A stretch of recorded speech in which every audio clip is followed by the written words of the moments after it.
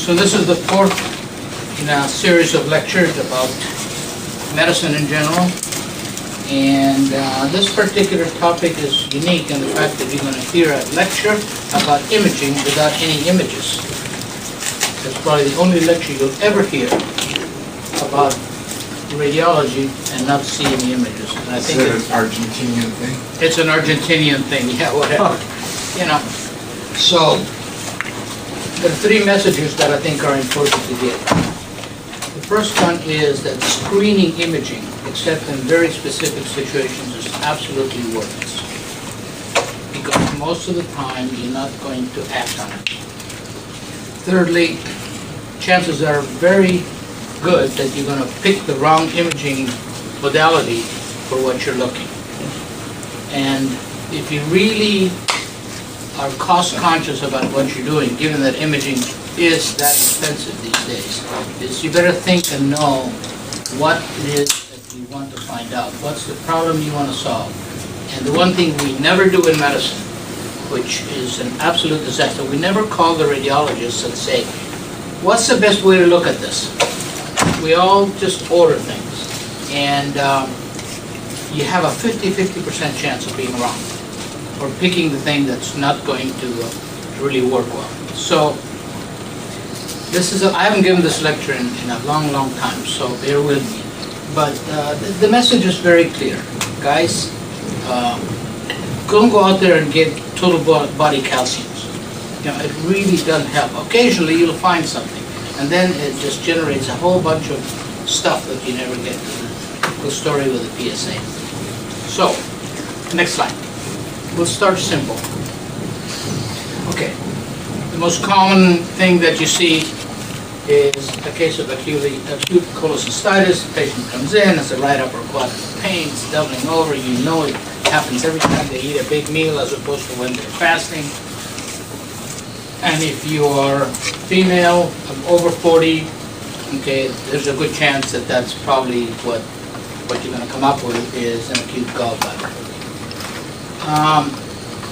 Today, the simplest and best way to look at gallbladders is just to look at it by ultrasound. Anybody can be taught to look at a gallbladder by ultrasound. It's the most obvious thing that you can find.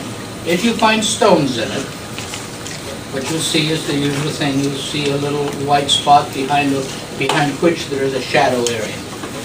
The problem is that just having the stones doesn't necessarily tell you that you have an acute gallbladder attack. What you need to look for is the fact that the wall might be thickened, and the clinical findings are usually more significant. You will have a Murphy sign. People may act. They don't want to be touched. Now, occasionally you have a patient, and this is not that infrequently actually, you have a patient that has no stones. And everything historically tells you that this patient has a gallbladder attack. Okay? So there is this HIDA scan, okay, which is a very sensitive test for acute and chronic cholecystitis. Okay? And in those patients, what you basically see is a gallbladder that just doesn't function. It's full of junk and it's thick. The wall is thick, looks inflamed, and the HIDA scan is pretty consistent. What it does most of everything is it can determine for you if you've got an obstructed common duct. And that's the most important thing that you want to look at. Obstructive cholecystitis, particularly in the setting of an older gentleman, is something you need to think about. The rarest of cancers are cholangiocarcinomas, and they're very hard to detect. Okay, these are cancers of the common duct and of the gallbladder, and they are uniformly difficult to treat. Next. So, gallstones. If you don't see them on ultrasound, they're gone. There used to be this old thing called an oral cholecystogram, okay, which was a great test. And guess what happened? It disappeared because you don't get paid much for it. You drink the stuff, you take one picture, and there it is. So radiology essentially eliminated the oral cholecystogram, and it's the best test that you can have for a functioning gallbladder. So, next. Why did it go like that? I'm sorry? Why did it go away? Money. You don't get paid much for it. You get paid the contrast material and one image. And so CT scans, you know. Right. So here's another example where the radiology is eliminated. Okay, appendicitis. Now I see a lot of cases of appendicitis in my practice, and I'm reasonably good at identifying appendicitis. All right. This year alone, I've seen perhaps 6 or 7 cases in children as well as in adults. The history is the single most important thing that you can find on examination. Get a urinalysis, get a white count, follow the patient. The most important thing that you can do is to follow the patient serially. Because when they first start, it doesn't really look like appendicitis, then it localizes. Occasionally you have a retrocecal appendix, which is in the back, and that shows itself differently. And the single most important test you do in these patients is take your finger and put it in the rectum and feel that corner. Okay? And which is a test nobody in the emergency room ever does. Okay? If you put that finger, in particular if you have a male, okay, if you're a female, you've got a lot of other things to think about. If you have a male, you put your finger up there in the right lower quadrant, you begin to push and they jump. You're going to hot appendix. An appendicolith occasionally can be seen. That's a little calcified area with it's like a bullet. It's seen exquisitely well on ultrasound. I have 3 or 4 patients that have great pictures of it. I send them to the ER. It says, here you've got a kid, you know, with a hot appendix. Please admit it to our service. Everybody gets a CT scan today. CT scan is the definitive test for appendicitis. The problem is that today, everybody gets a CT scan, regardless of how convinced you are and how classic the presentation is. Okay. In a ruptured appendix, occasionally that delays surgery. You can, depending on where you are. Next. Okay. Biliary tract obstruction is a real problem. Single most important test you can run. It's not an imaging test, but a blood test, an alkaline phosphatase. There is no such thing as biliary tract obstruction without elevation of the alkaline phosphatase. And it's hugely elevated in comparison to your other liver enzymes. And most people start the other way. They go ahead and get a CT scan. CT scan will give you a whole lot of information, will tell you, what's going on. They'll give you dilated common duct, they'll give you whether it's tumor or stone or whatever's going on. Percutaneous transhepatic cholangiogram and an ERCP, a very invasive test. They're dangerous. You went to the duodenum, you cannulate the common duct, you go up there. It's fraught with all kinds of problems, both of these. But again, these are very high cost tests and they're used a lot, oftentimes to the exclusion of what makes a whole lot of sense.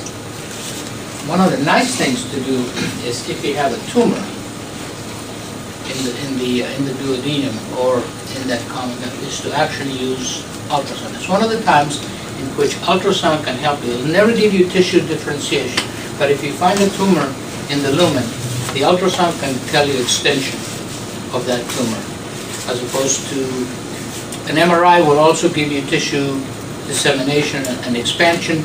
CT is not that good, but the ultrasound is one of the few applications where you can actually see tumor extension beyond the wall of the colon, more so than if you just do a visual cannulation. So, quick, in terms of normal practice that you think most people are doing today, if someone suspects an obstruction, are they doing ultrasound first and then proceeding down, or everybody's just getting a CT? The GI guys have 3 things: upper endoscopy, lower endoscopy, and ERCP. Okay. And it depends who you end up with. If you have a radiologist, they'll go one way. If you have a GI guy, they'll go another way.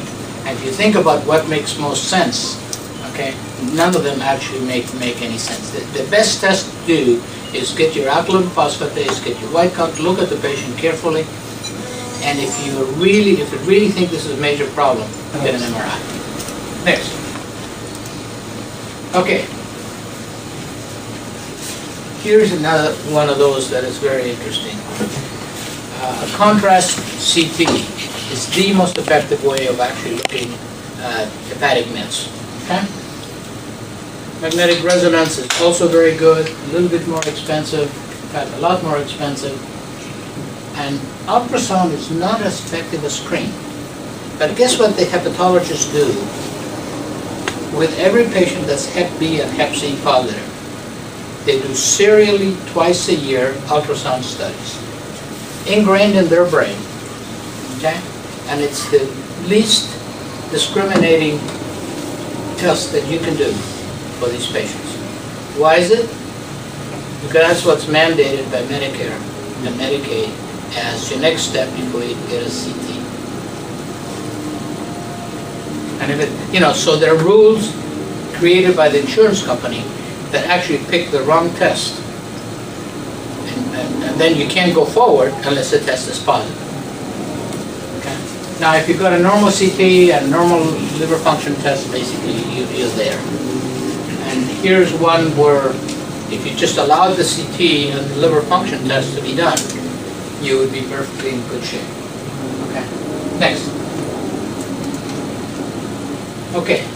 Bile leaks are real bad problems. That's what people used to die from in the old days when we only had open cholecystectomies. The leaks were terrible. Okay. So one of the things you can do is hide a scan if there is really no T-tube in there, which is the usual case that you find in people who do laparoscopic surgery, find themselves with somebody that's very obese and the surgery doesn't go well, and then you have an occult leak and you don't know what's happening. That's when you call an Amir Kakuda. You only pick the guy that's done 2,000 of them. Next. Okay, pancreatic tumors are the nightmare of everybody that actually looks at patients that are jaundiced, okay? You basically have to follow a pretty close sequence. The single most consistent test that gives you pancreatic tumors are ERCPs. Frankly, if you have a high suspicion for a pancreatic tumor, forget about everything else, really call the GI guy, say, go look. Okay? One of those times in which picking your consultant determines the ultimate game that you play in terms of where you go with the patient's diagnostic experience. Pseudocysts, okay? And people get CT. Pseudocysts are fluid-filled cysts that occur in people with pancreatic tumors, and they are and also people that are heavy alcoholics. And people go through all kinds of gyrations to try to find them. They are the easiest thing to see on ultrasound, and a lot of patients have them. And this is where you can, really save somebody some money, because you always find something else besides the pseudocyst, and oftentimes that ends up in unnecessary laparoscopic surgery. Next. Okay. Organ liver size ultrasound is the best thing to do. Although, again, CT scans, let's see what's in it. Okay. And usually it's just hepatosplenomegaly. And you can see by ultrasound whether they're really smooth tissue without any either fatty degeneration or, bullet lesions that you can see. Next. Okay. Acute GI bleeding. Okay. Upper GI endoscopy is very helpful in looking as to where you're bleeding. It is totally worthless to try to do a colonoscopy if somebody's bleeding from the rectum. You're never going to see shit. In fact, that's all you're going to see. Okay? And it's done all the time. The ER guys call and, call you and say, oh, we're going to get this guy up into the GI lab immediately. And it's totally worthless. The one test you can do to really actively, vigorously bleeding is the technetium-99 labeled red cell test. And it actually will tell you where it is. Then the surgeons can actually, or the radiologist can actually cannulate, put some coag material in there and actually clot off what's going on. How can it actually tell you where it is? Imaging. It's a radionuclide imaging. Oh, the TC99 is right. Yeah. Right. It goes right to where you're bleeding. Okay. Okay. The radiologist puts the catheter right in there. Boom. There it is. And you go. And if they're not bleeding at that time, what they'll do is leave the catheter in, and if they start bleeding again per rectum, you can just drag them over to the angiolabic and receive. The other thing is, How long does it take for the technician to I'm sorry. T-99 to come out, to be flushed out of the body. You know, I don't know. You? I don't know. No, it's about 72 hours. I don't know. Yeah. Do they put them in isolation to contain all the fluids, or? No. No, correct. No, the emission, the spread is very little. So in fact, the only thing that's isolated is for, they keep the syringe. Now, the other trick is, no matter how bad the patient is bleeding, if your technetium-99 test is negative, the patient's really not bleeding as much as you think they are. So you just follow serial bloods and go on from there. With the one exception of somebody that's Coumadinized, because they're just oozing everywhere. Okay, and that's, you know, then you reverse to Coumadin. Next, please. Chronic GI bleeding, okay. It is worthless to try to do a colonoscopy if it's really significant bleeding, because it's usually in the first 60 centimeters. If you fall in the hands of a colorectal surgeon, the colorectal surgeon will basically use a short sigmoidoscopy. If you fall in the hands of a GI guy, he will always go to the very end. Okay, charge you the whole thing, versus the colorectal surgeon who will be in the office, put the scope in while you're there, awake, do it. That's the end of the story. So here's another one of those times in which, depending on whose hand you fall into. And again, upper GI endoscopy is very good, particularly for varices and all of those kinds of modalities. Okay, next. Okay, small bowel obstruction is a very common thing that you find in the ER. Partial small bowel obstructions, best thing you can do is do nothing. Put a tube into the patient's stomach and let them sit for a while. Eventually it'll kind of get rid of it, okay? If you find no free air in the stomach, meaning there's no perforation or anything like that, you can actually use a barium swallow. And oftentimes pushing the barium, even with a tube down, pushing there, will uncoil the small bowel. Okay. If you think there's a perforation, you know what's going to gastrographin is a safer thing to use. All right. Here's something he knows more about than I do. Okay. But for people in the ER, that's why you have your CT scanner right next to the trauma center. Okay. CT really gives you a lot of information. No contrast, no anything. Just shoot it. The plain films might be helpful. Yeah. And then you go for what you suspect. Okay. If there's a bile leak from trauma over the liver, get a HIDA scan. If you suspect that there's something that hit the kidneys from the back, angiography. An intravenous pallogram, which most people don't use anymore, is extremely good to look at the kidneys in terms of the actual kidney parenchyma. If it's basically something that is that intense, you can actually have a fracture of the kidney pelvis. Okay. Upper GIs for duodenal hematomas. Peritoneal lavage is another piece that you look at. Now, retrograde urethropathy is something that most people forget about. The most common injury that happens in car accidents is the steering wheel hitting you in the bladder, and you have transection of the urethra. And what they do, they try to cannulate the urethra with a catheter, and who knows where they end up. Okay. But that's the one injury that most people forget about when they get a trauma patient is, you know, what happened, were they have a lap belt on, what was on the steering wheel just hits them right there, slash it. Next. Small bowel obstruction as opposed to an ileus and volvulus. Barium enemas, okay, if you have a colonic obstruction, is a consideration. Oral barium doesn't work that well. Enteroclysis is a good way to try to uncoil. Basically, you put this long tube into the jejunum, and if you can pass it as far as you go, you basically blow up the balloon, and then you push barium through it. And it oftentimes uncoils the small bowel if you really need to get there. Next. All right. Swallowing problems are very, very common. Okay, chronic cough, which often masks the fact that you actually got some problem with your swallowing mechanism. there are highly specialized radiologists who know how to actually look at the swallowing mechanisms. Tom DeMeester is the world's expert on how the neuromuscular structure works in terms of swallowing. If you have somebody that really has significant swallowing mechanism, throws up and can't keep things down, has difficulty swallowing, the best thing you can do is just forget about all of this other stuff and get one of the radiologists who really knows how to look at there are 4 mechanisms that result in actually successful swallowing. And these guys have really trained to it.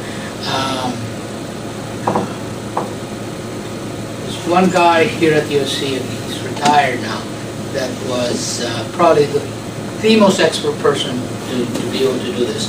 We don't have anybody that's replaced him since. So if you have somebody with swallowing mechanism, find the radiologist that knows how to do swallowing study. And the Meester's lab actually does some of it, and does a pretty good job. All right, next. Colorectal cancer and polyps. American Cancer Society has different recommendations, and everybody has their opinion. The Preventive Services Task Force, the U.S. Preventive Services Task Force recommends either yearly fecal occult blood and 3-year sigmoidoscopy, colonoscopy, and you can do barium enemas if you so on. It's a rapid sequence CT scanners. Now, if you ask the American College of Radiology, they think serial CT is the way to go. If you ask the American College of Gastrointestinal Endoscopists, they basically say colonoscopy is the most definitive way to do it. What's the right way? Kaiser goes with B. I'm sorry? Kaiser goes with B. You're going to go with B. No, I'm not going. Kaiser does. That's Well, and the reason for that is the economics of it. okay. The spiral CT is actually less costly than the colonoscopy, because all colonoscopies are done in the hospital under sedation and so forth. So in order to compensate for that cost, you can do X number of awake enemas and come up with a good answer. The only problem with the barium enemas is that you really don't see the very distal part of the rectum really well. But beyond that, it all works very well. That's also the reason, and you're going to get a movie after this, so you're happy about seeing some images. And that's the reason why there's a couple of us here in LA who do unsedated colonoscopies, picking the patients very selectively, because it basically changes the cost from about a bill for $4,800 to a bill for $400. Okay? And we'll talk more about it next. Can you just explain quickly the difference between the sigmoidoscopy and a colonoscopy? Distance. Okay. Sigmoidoscopy is 60 centimeters going up to the splenic flexure. That's what the original scopes were, because Right. nobody knew that you could go further. Got it. Okay, and the other scopes are 170 centimeters. Wow. Okay, so that allows you to go all the way around. Okay, and for those people that are brave enough to want to cannulate the ileocecal valve and all of that kind of stuff, it's anyway. So it's a 10K versus... If that's the only tool you have, you want to be the master of that tool and be able to look at every orifice in the world, and you still miss things. All right, go. Okay, renal masses are usually discovered incidentally on CT scan or IVP. Okay. If the cystic masses, forget it. Most of these cysts are totally irrelevant. They're congenital. Solid masses, you basically want CT with contrast. Next. All right, people with renal failure have special needs in terms of what you do, and there is where ultrasound really helps you. Ultrasound happens to be a very good way of imaging the kidneys. It tells you a whole lot of information. Okay. CT scan helps to some extent, but actually ultrasound is more active in terms of being able to look at the parenchyma. Now, you also have to remember that, for example, kids always have big kidneys. They're bigger than you would expect for the size of the child. So not infrequently, you will find some radiologist who basically calls hydronephrosis or enlarged kidneys. Okay, so when you get imaging done on a kid, get a pediatric radiologist to read them. Don't get an adult radiologist to read them. That's something you learn over time, that it results in a huge workup for these kids. Okay, congenital, kidneys are the most variably, anatomically variable organs in the system. You can have 2, you can have 4, you can have 1 horseshoe kidney, you can have reduplication of the collecting systems, you can have 2, 3, 4 ureters. It's very variable, and that generates a whole lot of information. Next, please. Renovascular hypertension. We think that 99.999% of all patients with hypertension is idiosyncratic, it's familial, okay? But in some patients, you might consider thinking that there are reversible causes for it. The 2 most common causes that you see is renal artery stenosis and pheochromocytomas. Both of these have historical characteristics that set them apart from just the run-of-the-mill hypertension, and that's the finesse as to how you pick. Now, renovascular hypertension is worthless to chase if you're not going to be able to correct the lesion. So, there is something called a renal vein renin, which is really a good test. You cannulate the renal vein, you actually measure your amount of renin that's in there, and there's a differential between the 2, and that's how you can basically do it. What do we do today? CT angiography. CT angiography is basically taken over this whole area. And from a cost-effectiveness standpoint, CT angiography is in fact more cost-effective than doing all of these funny, like the captopril radionuclide test, which we used to do. The nephrologists still want to do the captopril radionuclide testing. And again, the different specialties look at this differently, and it's a real problem. All right, then there's this whole area of obstruction of the renal system. When we went, the reason I'm showing this slide is most importantly because somebody at the Stevens opening has developed a injectable product that can basically give you avoiding cystourethrogram. Most of the problems that you find is in early childhood. You find a particular female with multiple urinary tract infections under the age of 2. Okay, they come in with recurrent fevers. That's how it happens, and they have urinary tract infections. Okay, and if it's a male, you absolutely must work it out the first time. It's a female, second, third time you begin to work it out.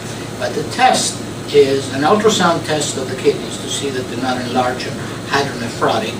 And the second thing that you do is avoiding cystourethrogram. In fact, putting a catheter through the urethra, okay, filling the bladder, looking at the ureters to see whether you do not have any reflux. And males have valves, urethral valves. So you have to check. This test is enormously unpleasant on these kids. And these are babies that we do this on. So somebody presented their data at Stevens. This is one of the studies that they wanted funded, in which they actually have some sort of self-contained injectable product that gets to the kidneys and then releases its contrast. And you can get avoiding cystourethrogram without ever having to do this terrible test. It's the greatest thing I heard. Out of all the products that were presented there, that was the coolest thing I'd ever heard. And it's really practical because if you go to Children's Hospital, they do 20 of those a day, early in the morning. And they're brutal. They're absolutely brutal tests. So here's something that somebody did that's pretty cool. Next.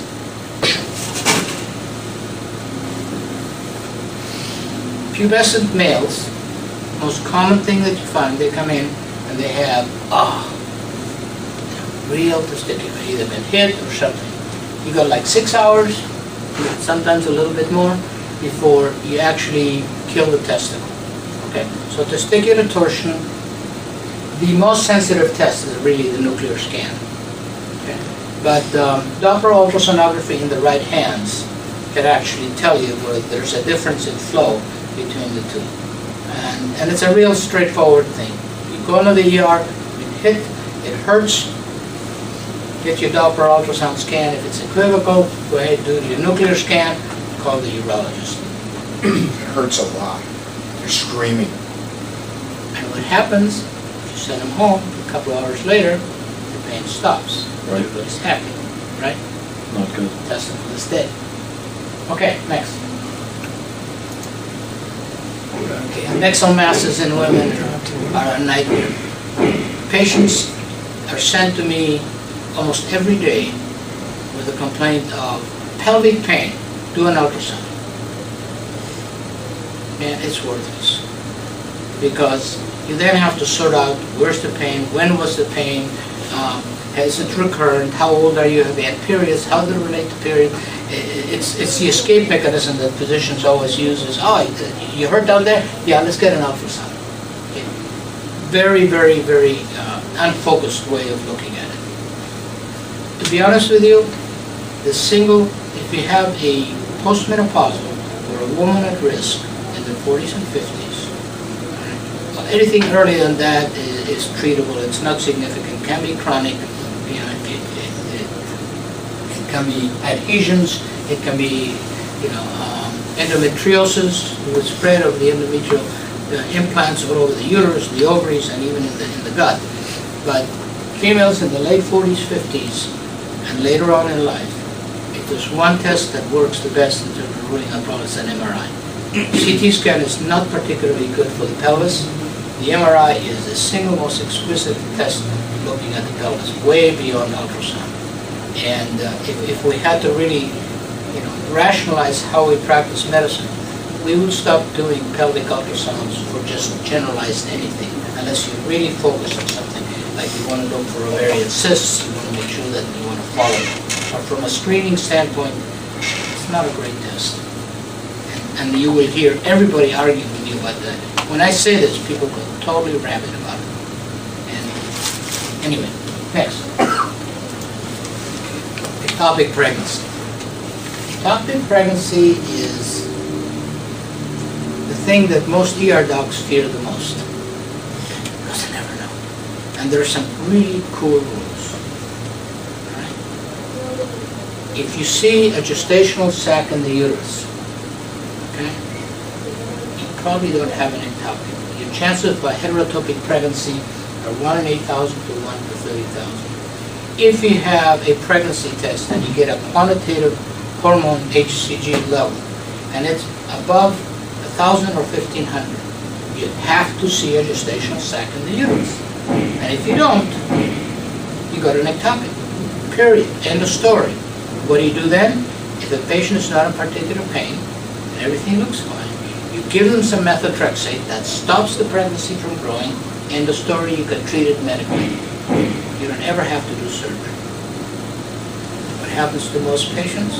GYN surgeon gets called, you've got an unruptured ectopic. They look at it, they say they have an HCG of 5,000, there's nothing in the uterus. What do you think they're going to do?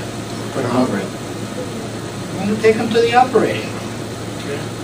In terms of, these surgeons are all paranoid that something bad is going to happen because they don't operate.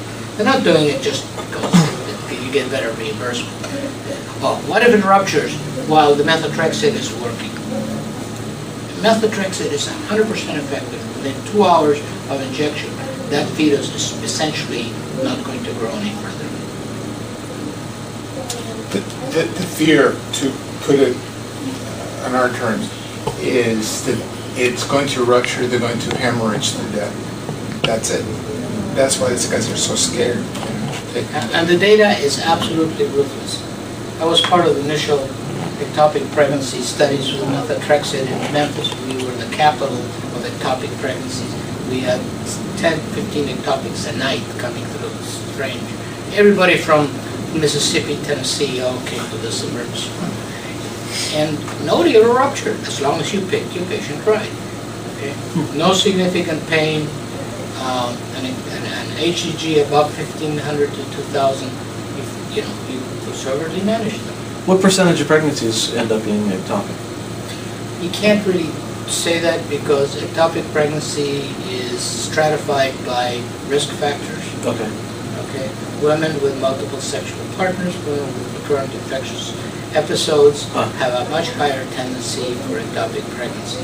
The reason you get an ectopic is not just because of the luck of the draw, but because there's scarring, there's implantation problems, and so forth. Those confounding factors. Next. But if you had one, you are at higher risk to have one again. Yeah. Right. Exactly. Okay. Here we talked about this already. The avoiding cystourethrogram. Next. Prostate cancer. It's big news right now. The United States Preventive Services Task Force recommends against using and getting PSAs. Now, how many of us do you think are going to follow that? 0. The data is correct. You don't save too many people by doing this, and in fact, you condemn a lot of people to surgery and ejaculation problems, that kind of erection problems and so on. Okay. However, having said that, okay, obviously the American Urological Societies against it, the American Cancer Societies vacillating about it. The best thing you can do is the following. Get a total and free PSA. Okay? The higher the free PSA, the less likely you are to have a tumor. Feel the prostate and see whether it's really smooth, even if it's enlarged, if it's smooth, or whether it's rocky. Okay? If it's rocky, get the urologist to biopsy. If it's smooth, have a PSA in a year. If it increases by a little bit, it's age-related increase of the PSA. If it suddenly increases, you do something. Okay? So cancer of the prostate doesn't just explode. It doesn't just take off. In 99.99% of the cases. Okay? But so there is some logic to how you use your PSA. The problem is the patient comes into the office, never seen them before. Okay, they're 55 years old. Their PSA is 5. The first thing you do is send them to the urologist. Okay, it's just the way it goes. The urologist sees the patient, says, "I've never seen this patient before. He has a PSA of 5. It's elevated. He's 55 years old. He's not 80. Okay? Take your ultrasound wand, put it up the rectum, and you see kind of a smooth prostate, but then within the prostate there's a couple of nodules in there that you see. The next thing you do is go ahead and put your needle in there while you put the ultrasound thing, and then you take a sample. Okay. Now, what happens with the sample? It goes to the pathologist. Now, if it's a good pathologist, he will know what the area around that sample looks like, but in most cases, they'll call it slightly abnormal. Okay. The patient's going to get surgery. They're going to call it a highly differentiated, encapsulated tumor. Okay.